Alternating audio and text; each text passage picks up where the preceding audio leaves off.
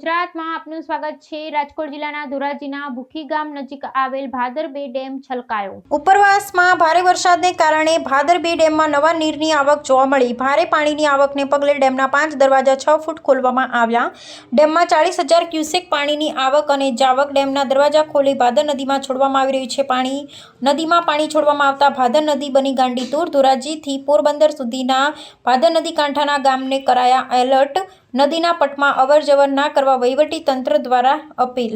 રૂ Mehta section officer Bhadar 2 dam Dhoraji. હાલમાં ડેમનું rule level આ મહિનાનું રૂલ લેવલ જાળવવા માટે 5 દરવાજા 6 ફૂટ ખોલવામાં આવેલ છે। 40,000 ક્યુસેક્સની આવક છે અને એની સામે 40,000 ક્યુસેક્સની નો આઉટફ્લો કરવામાં આવેલ છે। નીચાણવાળા 19 ગામોને સચેત રહેવા તાકીદ કરવામાં આવેલ છે કે નદીના પટમાં અવર જવર ના કરે અને વધુ પાણી હોય ત્યાં ક્રોસ કરવાની કોશિश ના કરે।